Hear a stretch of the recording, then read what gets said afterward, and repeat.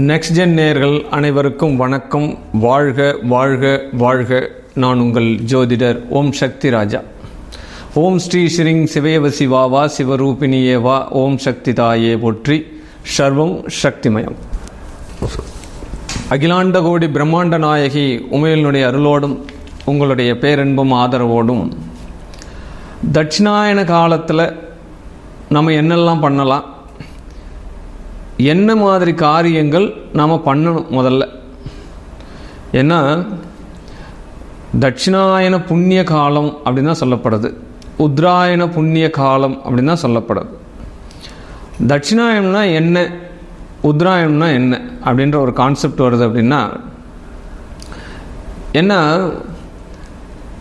பல சித்தர் பெருமக்களும் ஞான பெருமக்களும் வாழ்வியல் அறிஞர்களும் வாழ்ந்து சென்றவர்களும் சொல்கின்ற விதிகளை தான் நாம் இன்றளவும் பின்பற்றின்னு இருக்கோம்.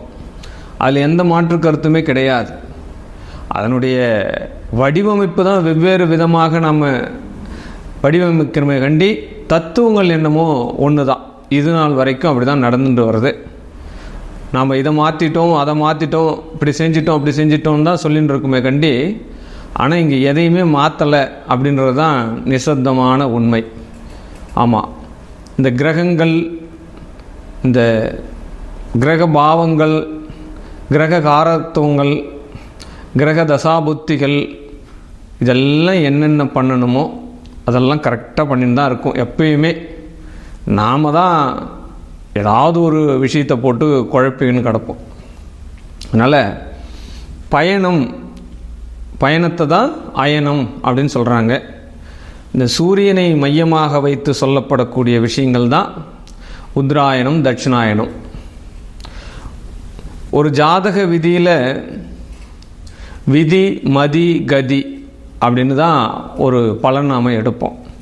முதல்ல பிறந்த நேரத்திற்குண்டான லக்ன புள்ளியை மையமாக எடுத்துட்டு சொல்லக்கூடிய விஷயந்தான் விதி. மதி சந்திரனை மையப்புள்ளியாக வைத்து லக்ன பாவகமாக சந்திரனை பாவித்து அந்த பாவகத்திலிருந்து அதற்குண்டான பலன்களை எடுக்கிறது தான் மதி அப்படின்னு நம்ம சொல்கிறோம்.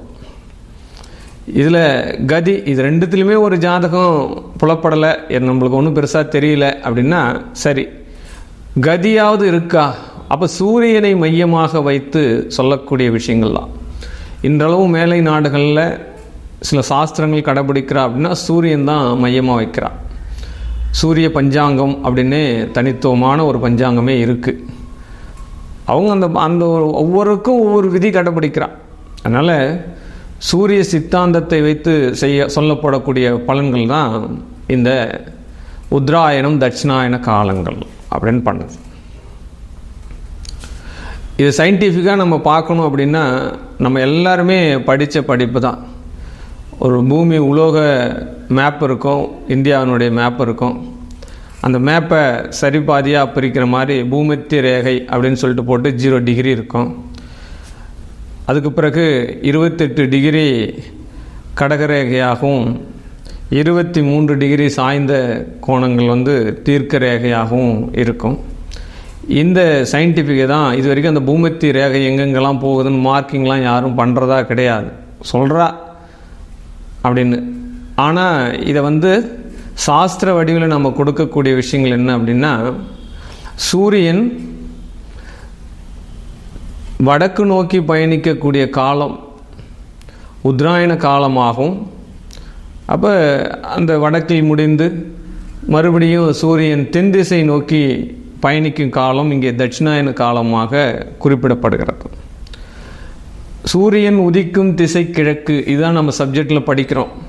நம்மளை நிற்க வச்சுட்டு நம்ம கையை 2 மேலே தூக்க சொல்லிவிட்டு, ஆமாம், பார்வை கிழக்கு வடக்கு தெற்கு அப்படின்னு 4 திசைகள்லேயும் நம்மளுக்கு ஸ்கூலில் ஆசிரியர் பெருமக்கள் சொல்லி கொடுத்துருக்காங்க. இதுதான் வழக்கம். அப்போ இது என்ன, தென் திசை நோக்கி சூரியன் பயணிக்குது, வடக்கு திசை நோக்கி பயணிக்குது அப்படின்னா, சூரியன் ஒரே இடத்துல தான் இருக்கா, பூமி தான் சுற்றுது. அப்போ நமக்கு பார்வையில் என்ன தெரியுதுன்னா, நாம் இங்கே பூமியில் இருக்கிறதுனால சூரியன் சுழற்சி ஆகிற மாதிரி நமக்கு அது தெரியுது. நாம் அறிவாற்றல் அறிஞர்கள் சித்தர் பெருமக்கள் நமக்கு முன்னாடி சொன்ன ஜோதிட வல்லுநர்கள் என்ன விதிகளை கடைபிடித்து வச்சுட்டு போயிருக்காளோ அதனுடைய சுவடுகளில் இருந்து தான் நாம் பிரதிபலிப்பு பளிச்சாகணும். ஏன்னா நாம் யாரும் போயிட்டு அதெல்லாம் உள்நோக்கம் ஆராய்ச்சி பண்ணுற அறிவாற்றல் இருக்குதா அப்படின்னா அதுக்கு சில ஞானங்கள் வேணும். அதனுடைய தத்துவங்களே பெரிய சப்ஜெக்ட். அதெல்லாம் நாம் அவங்க கொடுத்த ஒரு பாராயணத்தை பண்ணிட்டு தன்னுடைய வாழ்க்கையை ஒரு நல்ல வாழ்க்கையாக கொண்டு போகிறதுக்கு என்ன சூழலோ அதை தான் நாம் அடுத்த கட்ட நடவடிக்கை கொண்டு போகணும். ஆமாம், இல்லை நீ ஒரு ஆராய்ச்சியாளனாக தனி ஒரு அறிஞராக இருந்தால் அவங்க கண்டுபிடிச்ச கண்டுபிடிப்புலேருந்து புதிய கண்டுபிடிப்பு நீ கண்டுபிடிக்கிறதுக்கு உண்டான சாத்தியக்கூறு உனக்கு உண்டான ஞானங்கள் இருக்குன்னா நம்ம அதை முயற்சி செய்யலாம். சரியா? அப்படி இருந்தாலும் கடைசியில் அதுதான் சரி அப்படின்ற மாதிரி தான் நிற்கும். அதில் எந்த மாற்று கருத்தும் கிடையாது. இந்த உத்தராயண காலத்தான் பகல் மாதம் அப்படின்னு சொல்கிறார். தை மாதத்திலிருந்து மகர காலம் அப்படின்னு சொல்லப்படக்கூடிய மகர சங்கராந்தி அப்படின்னு சொல்லப்படக்கூடிய அந்த தை மாதத்திலிருந்து ஆனி மாதம் ஆக வரக்கூடிய அந்த 6 மாதமே பகல் மாதம் அப்படின்னு சொல்கிறார். இப்போ ஆடி மாதம் முதல்ல இருந்து தை மாதத்தினுடைய பிறக்கக்கூடிய மார்கழி 31 வரைக்குமே தட்சிணாயன காலங்கள் அப்படின்னு சொல்கிறார். இதுக்கு ஒரு விதி சொல்கிறா. தேவர்களுக்கு ஒரு நாள் தான் நம்மளுடைய ஒரு வருடம். அப்போ கலியுகத்தில் இந்த ஒரு வருட காலங்கள் என்பது தேவலோகத்தில் ஒரு பொழுது தான். அப்போ பகல் பொழுது இரவு பொழுது இந்த ஒரு நாள் தான் இந்த உத்தராயண தட்சிணாயன காலங்கள் அப்படின்னு சொல்கிறா. இதில் இந்த மத்திய பொழுது பார்த்தோம் அப்படின்னா உத்தராயணத்தில் சித்திரை மாதத்தையும் இரவில் இந்த தட்சிணாயனத்தில் ஐப்பசி மாதத்துலேயும் அந்த 0 டிகிரி 180 டிகிரி இது தேவர்களுக்கு சாப்பாட்டு நேரம் அப்படின்னு சில சூட்சமங்கள் சொல்லி வச்சுன்னு இருக்கா. ஏன்னா நமக்கு என்ன ஒரு டாபிக் அப்படின்னா எதையுமே மனிதன் எளிமையாக புரிந்து கொள்ளக்கூடிய சூழல் வடிவில் அவனுக்கு சொல்லி கொடுக்குறோம் அப்படின்னா அவன் மனதில் பதியும். அதனால் இந்த 0 டிகிரி 180 டிகிரின்றத சாப்பாட்டு வேலைன்னு சொல்லிட்டோம் அப்படின்னா அவனுக்கு நல்ல ஒரு அழுத்தமாக புரிஞ்சிடும். அப்போ இன்றளவுமே நம்ம தமிழர்கள் வளரக்கூடிய பிள்ளைகள் வளரக்கூடிய சூழ்நிலை எப்படி இருக்குது அப்படின்னா கதைகள் மூலமாக தான் சில விஷயங்கள் எல்லாம் விளக்குறான். ஸ்கூலில் வாத்தியார் கூட சில விளக்கத்தை சொல்லணும் அப்படின்னா சில கதைகளை சொல்லி விளக்கம் சொன்னாங்க அப்படின்னா கரெக்டாக புரிஞ்சுக்குவா புள்ள. அந்த மாதிரி தான் நம்ம ஒரு விஷயத்தை புரிஞ்சுக்கணும் அப்படின்னா சில விதிமுறைகளை ஆசிரியர்கள் குருமார்கள் பின்பற்றி இருக்கிறார்கள் அப்படி தான் சொல்லப்பட்டது. அப்படிப்பட்ட இந்த தட்சிணாயன காலங்கள் இரவு காலங்கள் அப்படின்னு பேர். அப்போ உத்தராயண காலத்தில் மனிதர்களிடையே பார்த்தோம் அப்படின்னா எதிர்ப்பு சக்திகள் அப்படின்னு சொல்லக்கூடிய உடலில் உள்ள இந்த உயிரணுக்கள் ஆற்றல்கள் எனர்ஜிகள் எல்லாமே பார்த்தோம் அப்படின்னா கொஞ்சம் எக்ஸ்ட்ரானரியாக இருக்கும் அப்படின்னு சொல்லப்படுது. இந்த தட்சிணாயன காலத்தில் மனிதர்களுக்கு ஏன்னா இந்த தட்சிணாயன காலம் ஆரம்பிக்கும் போது பார்த்தோம் அப்படின்னா மழைக்காலமும் இருக்காது, வெயில் காலமும் இருக்காது, குளிர்காலமும் இருக்காது. அது ஒரு மித தட்ப வெப்பநிலையாக இருக்கும். இப்படிப்பட்ட இந்த சூழ்நிலை கால சூழ்நிலை மாறும்போது அந்த உடல் அமைப்புக்கு ஏற்ற காரத்துவம் மாறும்போது நோய் நொடிகள் பிணிகள் எல்லாம் மனிதனை தாக்கும், கிருமிகள் உருவாவதற்கு உண்டான சூழல்கள் ஏற்படும் அப்படின்னு சயின்டிஃபிக்காக ஆராய்ச்சி பண்ணி வச்சுருக்கா. அதனால் அந்த உடல் எஃபெக்ட்லாம் தாங்கணும், எதிர்ப்பு சக்திகள் குறைவாக இருக்கும் அப்படின்னு சொல்லப்படுது. அந்த வரிசையில் இந்த தட்சிணாயனம் ஆரம்பிக்கும் போதே அதனால தான் ஆடி மாதத்தில் ஆரம்பிக்குது. அந்த எதிர்ப்பு சக்தியெல்லாம் உடல் தாங்கணுன்றதுக்காக தான் இந்த வரகு கம்பு கேவுரு கஞ்சி இந்த கூழ் இதெல்லாம் அந்த ஆரம்ப காலகட்டத்திலே அம்மன் மாதமாக ஆரம்பித்து நம்ம எல்லாமே அம்மனுக்கு கூழ் ஊற்றுறது கஞ்சி ஊற்றுறது இதெல்லாம் நடக்கும். அந்த உடலுக்கு ஊட்டச்சத்தான உணவை நம்ம சாப்பிடும்போது நோய் எதிர்ப்பு சக்தி அப்போவே நம்மளுக்கு வருது அப்படின்னு தான் சொல்லப்படுது. அதனால் இந்த தட்சிணாயன காலங்களில் வரக்கூடிய இந்த விசேஷத்தில் பூராவே நாம் ஐக்கியமாகணும் அப்படின்னு சொல்லப்படுது முதல்ல. ஏன்னா ஒவ்வொரு காரியத்துக்கும் ஒவ்வொரு காரணம் உண்டு, காரியம் இல்லாத எந்த ஒரு காரணமும் கிடையாது அப்படின்ற விஷயத்த முதல்ல நம்ம தெரிஞ்சுக்கணும்.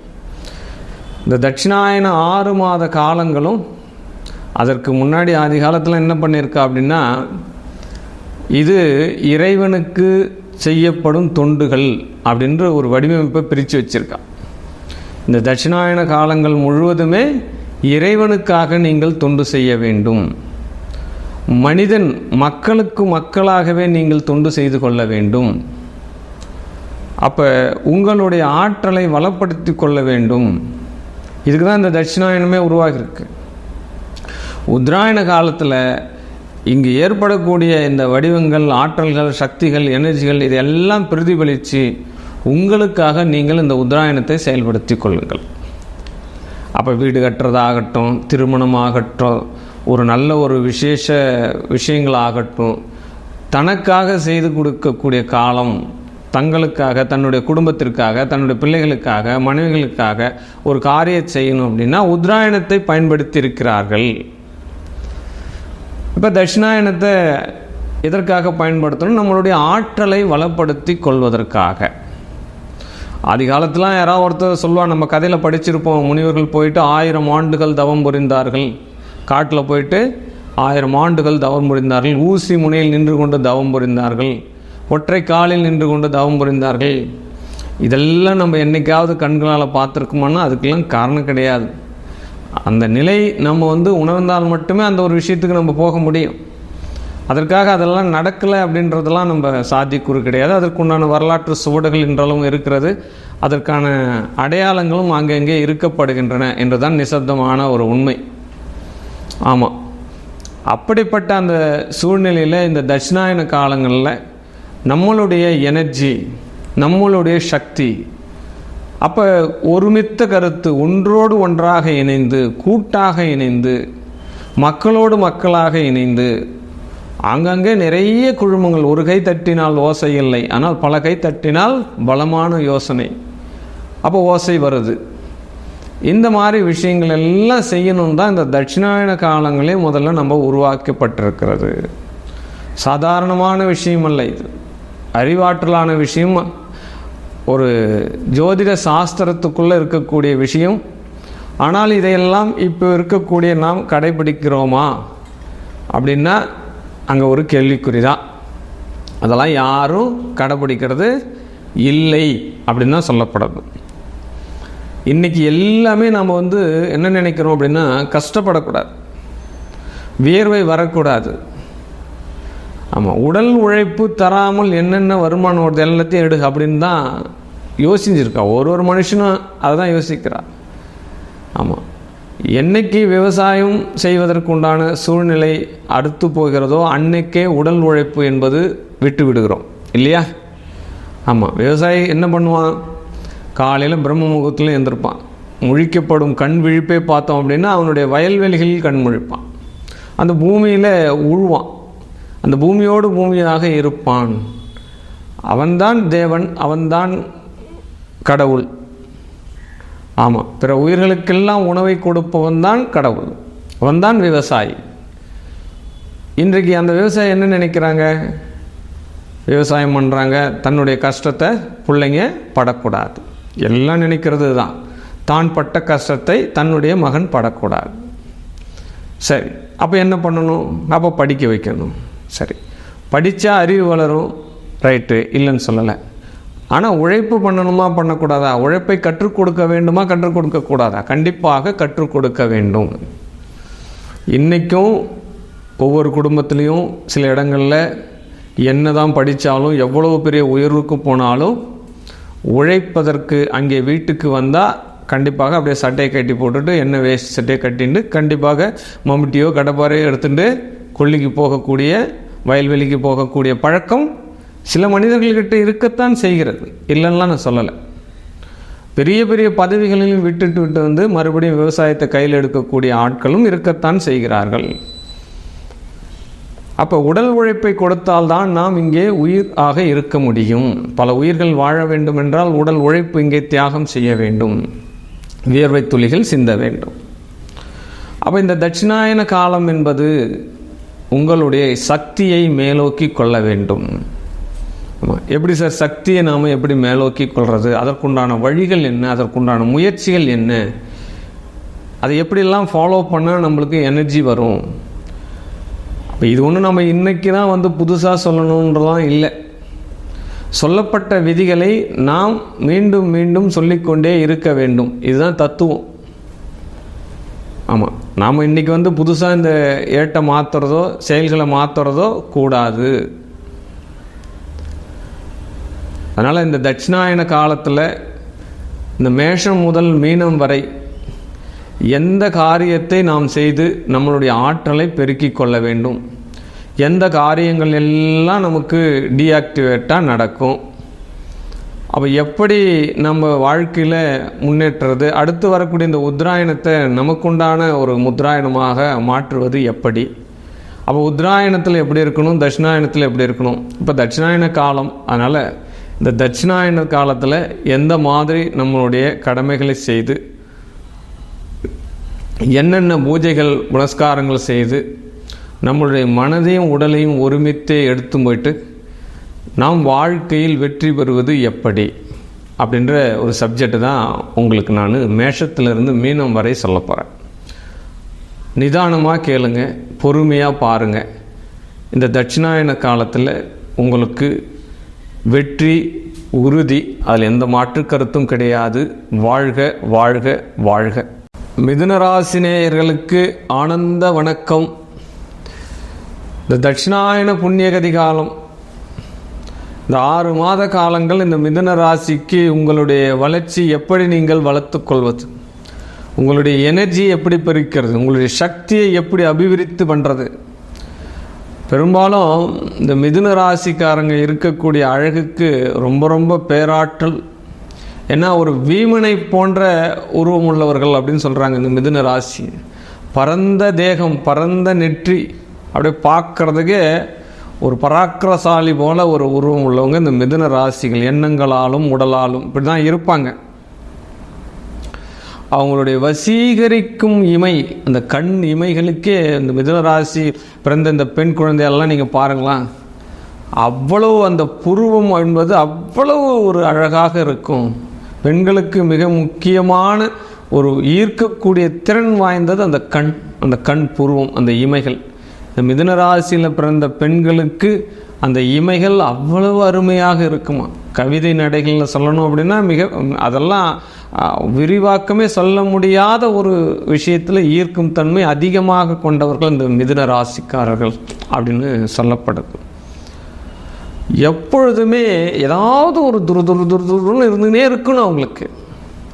ஒரு நாள் வீட்டில் உட்காந்துட்டாலே மறுநாள் என்ன பண்ணுறதுன்றது விஷயம் தெரியாது. ஏன்னா எப்பொழுதுமே கலகலப்பாகவும் சுறுசுறுப்பாகவும் இருக்கக்கூடிய ஒரு ராசி என்ன ராசி அப்படின்னு பார்த்தோம் அப்படின்னா மிதுன ராசி தான் வரும். அது அப்படி வீட்டில் ஒருத்தர் படுத்திருக்காருன்னா அவரால் ஒரு ஹாப்பி மூமெண்ட்டாக படுத்திருக்கலாம் முடியவே முடியாது. மனம் பிரளயம் ஆகிடும் அப்படியே அவர் அந்த ஒரு நாள் அவர் கழிக்கிறதுக்கு. அப்படி தான் இருக்கும் இந்த மிதுன ராசிகள் எல்லாமே. ஏதாவது ஒரு வேலையை செஞ்சுட்டே இருக்கணும். வீட்டில் இருந்தால் கூட, நம்ம வெளியில் ஆஃபீஸ் லீவுன்னா கூட அன்றைக்கி வீட்டில் ஏதாவது பூச்செடி நடுறதோ, இல்லைன்னா வயல்வெளிக்கு போகிறதோ, இல்லை அந்த நேரம் பார்த்து வண்டியை ரிப்பேர் பண்ணின்னு உட்காந்துருக்கிறது. ஆனால் சும்மாவே இருக்கிறது கிடையாது. அன்னைக்கு பார்த்தா தான் எல்லா வேலை நாளை விட இந்த நாள் அதிகமாக வேலை செஞ்சுருப்பான். இது வந்து மிதுன ராசிக்கு உண்டான ஒரு விதியே இப்படி தான் இருக்கும். அவங்க எல்லாருடைய யோசனையும் கேட்பாங்க. எவ்ரிதிங் நீங்கள் யார் சொல்கிறாங்களோ சொல்லுங்கன்னு சொல்லிட்டு எல்லாருடைய யோசனையும் கேட்பார்கள். இது மிதுன ராசிக்காரங்க. தனக்கு என்ன சரின்னு படுதோ அந்த செயல் மட்டும்தான் செய்வாங்க. இந்த மிதுன ராசிக்காரங்களுடைய வாழ்க்கையின் ஒரு முக்கிய பகுதியான ஒரு விஷயம் என்னன்னா, யார் சொன்னாலும் அதை நீ சொல்ல வேண்டியதில்லை, எனக்கு தெரியும்லாம் சொல்லவே மாட்டாங்க. இவங்களுக்கு தெரிஞ்ச விஷயத்தையே அவங்க சொன்னால் கூட சரி அப்படின்னு சொல்லிட்டு அவங்க சொல்கிற வரைக்கும் கேட்டுன்ட்டு அதுக்கப்புறம் இவங்களுக்கு எது சரியோ, இந்த வாழ்க்கையில் என்ன நடந்தால் சரியாக இருக்குமோ அதை அவங்க செய்யக்கூடிய ஒரு ஆற்றல் வல்லமை படைத்தவர்கள் இந்த மிதுன ராசிக்காரர்கள். என்ன பண்ணுறான் அப்படின்னா, ஒரு மகாபாரதத்தில் ஒரு உதாரணம் இருக்குது. மிதுன ராசிக்காரங்களுக்காக ஒரு உதாரணத்தை, சின்ன ஒரு விஷயத்தை நான் சொல்லிடுறேன். திரௌபதியினுடைய துயில் உரியக்கூடிய காட்சி இந்த மகாபாரதத்தில் நடக்குது. இப்போ எல்லாரும் அங்கே இருக்காங்க. பாண்டவர்கள் 5 பேரும் அங்கே இருக்கிறாங்க. அந்த 5 பேரில் எல்லாருமே அர்ஜுனன் வந்து ஒரு பக்கம் ரொம்ப சூளுரை விடுறான், வீமன் வானத்துக்கும் பூமிக்கும் குதிக்கிறான். அப்போ எல்லாருமே ஒரு விஷயம் ஆர்ப்பரித்தல் இருக்கிறாங்க. இந்த தர்மன் மட்டும் அமைதியாக இருக்கிறான். அப்போ வீமன் வந்து தர்மனை கேட்குறான், இவ்வளவு பெரிய ஒரு அநியாயம் துரோகம் நடக்குது, ஒரு சின்ன ஒரு விஷயத்துக்காகவாவது நீ சின்ன ஒரு அந்த ஒரு ஏதாவது அந்த பூனை கூட சின்னதாக ஏதாவது இடைஞ்சல் பண்ணிட்டா தன்னுடைய உடம்பை சிலிர்க்கும், அதை கூட நீ சிலிர்க்க மாட்ட, அவ்வளோ ஒரு சொர்ண கட்டவனா நீ அப்படின்னு வீமன் நேருக்கு நேராக கேட்குறான் தர்மனை. அப்போ தர்ம மகாராஜா என்ன சொல்கிறார் அப்படின்னா, ஒரு கையால் ஒரு பிடி கடுகு எடுத்து வீமங்கிட்ட கொடுத்து என்னுடைய முதுகில் கொட்டு அப்படின்னு சொல்கிறார். அந்த வீமன் அந்த முதுகில் அந்த கடுகை கொட்டினோடனே அந்த கடுகு அப்படி விழுந்த மாத்திரத்தில் அப்படியே நம்ம எப்படி நெருப்பில் பட்டால் உடஞ்சி போகுமோ அந்த மாதிரி வந்து பொறிஞ்சி தள்ளுதான். வீமா, என்னுடைய கோபங்கள் எல்லாம் நான் வெளிப்படுத்தி விட்டால் பின்னாடி வரும் காலத்தில் இவங்களை ஒரு துஷ்பிரயோகம் பண்ண முடியாது, அதனால் உங்களை விட கோபம் அதிகமாக உள்ளவன் நான் தான், இதுதான் அதுக்கு சாட்சி அப்படின்னு அவர் அந்த விஷயத்த சொல்கிறார். அந்த மாதிரி இந்த மிதுன ராசிக்காரங்க தன்னுடைய கோபத்தை எந்த அளவுக்கு உள்ளுக்குள்ளே வச்சிருக்க முடியுமோ அந்த அளவுக்கு வச்சுருப்பாங்க. எப்பொழுதுமே வெளியில் கோபத்தை காட்ட மாட்டார்கள். அப்படி மீறி வருதுன்னு எல்லாரை விட அதிகமான ஒரு காரியம் ஏதாவது அங்கே நடந்தால் மட்டும்தான் அவங்க கோபம் வெளியில் வரும். அது வரைக்கும் என்னதான் கோபம் இருந்தாலும் அப்படியே சிரித்து பேசிகிட்டே போய் அவங்களுக்கு என்ன காரியம் நடக்கணுமோ அதை நடத்தி கொடுத்துட்டு போயினே இருப்பாங்க. இது இந்த மிதுன ராசிக்காரங்களுக்கு உள்ள தன்மை அப்படின்னு சொல்லப்படுது. பிறருடைய உதவி இல்லாமல் எந்த ஒரு காரியத்தையுமே செய்ய மாட்டாங்க. யாராவது ஒருத்தவங்களை கூட்டுக்கினே இருக்கிறது. இந்த மிதுன ராசிக்காரங்களை பார்த்தோம் அப்படின்னா, தன்னுடைய காரியம் நடக்கணும் அப்படின்னா கூட ஒரு ஆளை சப்போர்ட் பண்ணிக்க வேண்டியது. ஆமாம், எப்பயுமே யாராவது ஒருத்தவங்க கூட ஃப்ரெண்டு இல்லாமல் வெளியில் போகவே மாட்டாங்க சார். தனியாக போய் வாடா, ஏதாவது ஒரு மிதுன ராசியில் உங்கள் பிள்ளை இருந்தால் கூட டே டூர் போட பிள்ளை தனியாக போவேண்டா, ஏன்னா கோயிலுக்கு தனியாக போய் வேண்டான்னு நான் வண்டி எடுத்து போகிறேன், என் ஃப்ரெண்டு வரேன்னா அவன் கூட்டும் போகிறேன், இப்படி தான் போங்க. துணை இல்லாமல் போக மாட்டார்கள். இது ஒரு காரியம் இருக்குது அவங்கக்கிட்ட. ஆமாம், நயவயஞ்சமாக அதை கட் பண்ணிடுறேன்னா. பொதுவாக இந்த மிதுன ராசி துணிஞ்சி ஒரு காரியத்தில் இறங்கிறதுக்கு ஒரு பயம் சார். என்ன ஆகிடுமோ, ஏதாயிடுமோ, இது நடந்துருமோ, அது நடந்துருமோ. ஆமாம், இவங்க என்ன பண்ணுவாங்க அப்படின்னா, ஒரு ஆற்றை கடக்கணுன்னா கூட முதல்ல ஒருத்தனை இறக்கி விட வேண்டியது. அவன் ஏன்னா சரியாக பாதுகாப்பாக கடந்துட்டானா நாம் அதில் பயணம் பண்ணலாம். அவ்வளோ சேஃப்டி பண்ணுவீங்க இந்த மிதுன ராசிக்காரங்க. ஆமாம், இதெல்லாம் இருக்கிற சேஃப்டியே உங்கள் லைஃப்பில் வேணுமா வேணாமா? அப்போ எங்கே இந்த மிதுன ராசிக்காரங்க தடம் புரள்றாங்க? ஆமாம், புகழுக்கு மயங்கி விடுவார்கள் அப்படின்னு சொல்லப்படுது. ஆமாம், மிதுன ராசிக்காரங்களை ஒரு வசத்தியாக பேசணும் அப்படின்னா அந்த மன மகிழ்ச்சி ஏற்பட்டு அதற்கு மயங்கி விடுவார்கள். மகிழ்ச்சிக்கு ஆடிய பாம்பாக இவர்கள் ஆகிவிடுவார்கள். அந்த புகழுக்கு நீங்கள் மயங்கக்கூடாது. உங்களை ஒருத்தன் புகழ் சுற்றி பாடுறான் அப்படின்னா உங்களை கவுக்க போகிறான்னு அர்த்தம். அந்த புகழ்ச்சியே உங்களுக்கு தெரிஞ்சிடும், இது ஏக புகழ்ச்சியா சரியான புயற்சியா அப்படின்னு. ஆமாம், கவனமாக இருக்கக்கூடியவர்கள் தான் நீங்கள். முன் யோசனை இல்லாமல் எதையுமே செய்ய மாட்டாங்க மிதுன ராசிக்காரங்க. அவ்வளவு பத்திரமாக இருக்கக்கூடிய ஒரு ராசி இங்கே புகழுக்கு மயங்கி விடுகிறது, புகழால் கெடுகிறது அப்படின்னு தான் தெரிஞ்சுக்கணும். முதல்ல நாம் எங்கே கெடுறோம், நமக்கு எங்கே காரியம் மைனஸ் ஆன்றத விஷயத்தை நல்லா தெரிஞ்சுக்கோங்க. ரொம்ப ஹார்ட் ஒர்க்லாம் பண்ணவே மாட்டீங்க நீங்கள். இந்த மிதுன ராசிக்காரங்கள் ரொம்ப ஹார்ட் ஒர்க் பண்ணுற வேண்டிய வேலையே கிடையாது. மைண்டை கிரியேட் பண்ணி, மனதை சரி பண்ணி, அறிவை பயன்படுத்தி நீங்கள் சம்பாதிக்கக்கூடிய நபராக இருப்பீர்கள். இதான் மிதுன ராசி. அதிர்ஷ்டத்தையே நம்புறது. லாட்ரி வருமா நமக்கு, தானாக எங்கேயாவது ஏதாவது ஆகாயத்தை பிச்சுட்டு கொட்டுமா? ஆமாம், அது தப்பு இல்லை, அந்த எண்ணங்கள்லாம் தவறு இல்லை. அந்த மிதுன ராசிக்காரங்களுக்கு இந்த ஒரு சுயநலம் இருக்கத்தான் செய்யும், அதில் எந்த மாற்று கருத்தும் கிடையாது. ஏன்னா அவங்க ராசி அந்த மாதிரி. ஆமாம், சாதகமான ராசி அப்படின்னு பேர் அது. அதெல்லாம் ஈஸியாக விட்டுருவாங்க. கமிஷன் அடிப்படையில் துறைகளில் இருக்கக்கூடிய மிதுன ராசி நேயர்கள் எல்லாம் பார்த்தோம் அப்படின்னா ஈஸியாக ஜெயிச்சிருவாங்க சார். ஆமாம், ஓடுமீன் ஓட உருமீன் வரும் அளவிற்கும் வாடி இருக்குமாம் கொக்கு. அப்போ சின்ன சின்ன வியாபாரத்தெல்லாம் இன்னொருத்தங்கிட்ட அப்படியே கொடுத்துட்றது. ஆமாம், 1 லட்சம் 2 லட்சத்தில் நீ பார்த்துக்க மாப்பிள்ள அப்படின்னு சொல்லிட்டு கொடுத்துட்டு, அப்போ 1 crore 2 crore அப்படின்னு சொல்லி இந்த ரியல் எஸ்டேட் இந்த வீடு கட்டி விற்கிற விஷயத்தெல்லாம் பெரிய பெரிய பல்க் அமௌண்ட்டை எல்லாம் தட்டின்னு வருவாள். இந்த தந்திரம் எல்லாம் இந்த மிதுன ராசிக்காரர்களுக்கு தெரிஞ்ச விஷயம்தான். ஆமாம், இந்த மிதுன ராசிக்காரர்கள் ஏற்கனவே திறன் வாய்ந்தவர்கள், திறமை படைத்தவர்கள், புகழுக்கு மட்டும் மயங்கி விடுவார்கள். உங்களுடைய ஆறா லெவல், உங்களுடைய சக்தி, உங்களுடைய எனர்ஜி எல்லாம் இந்த தட்சிணாயன காலத்தில் பெருமளவு விருத்தி கொள்வது எங்க? நம்மளுக்கு எங்கே தடுமாற்றம் நடக்கிறது? உங்களுக்கு வரக்கூடிய எதிரி எல்லாமே கௌரவமான எதிரி வருவான். வரக்கூடிய எதிரி எல்லாமே பல மடங்கு உங்களை விட உயர்ந்தவனாக இருப்பான். அங்கே தான் பிரச்சனையே. நமக்கு ஒரு எதிரி ஒன்று நமக்கு சமமானவனாக இருந்தால் நாம் போராடலாம், வெற்றி கொள்ளலாம். நமக்கு கீழே இருந்தால் அதையும் எதிர்கொள்ளலாம்.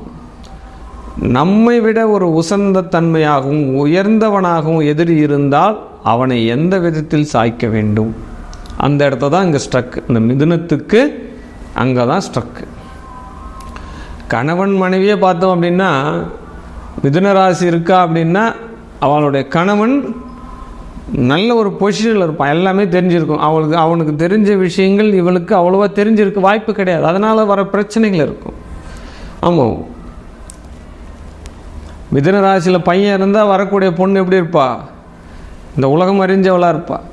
அந்த பையனை விட அந்த பொண்ணு நல்ல ஒரு ஆற்றல் படைத்தவளாக இருப்பாள். அதனால் ஒருத்தர் டம்மியாக இருப்பார், ஒருத்தர் ஒசத்தியாக இருப்பார். என்னதான் படிச்சிருந்தாலும் வரக்கூடிய களத்திற்கு தெரியக்கூடிய ஒரு ஷார்ப் மைண்ட் அவங்களுக்கு அந்தளவுக்கு ரிசீவ் ஆகாது. இதுதான் நீதி, இதுதான் உண்மை, இப்படி தான் படைச்சிருக்கான். கிரகங்களுடைய காரகத்துவமே இப்படி தான் படைச்சிருக்காங்க பகவான். இப்படிலாம் போனால் தான் வாழ்க்கை சரியாக போகும். ஊடலும் கூடலும் சேர்ந்தது தான் வாழ்க்கை. அப்போ ஒருத்தருக்கு தெரிஞ்ச விஷயம், ஒருத்தருக்கு தெரியாத விஷயம், 2 பேரும் கலந்து ஆலோசித்து தான் குடும்பத்தை கொண்டு போகணும். இதெல்லாம் அறிஞ்சிக்கிறதுக்கும் தெரிஞ்சுக்கிறதுக்கு தான் இந்த தட்சிணாயனம் அப்படின்ற ஒரு விஷயத்தையே அயனங்களில் சூரியனை மையப்படுத்தி கொடுத்துருக்கா.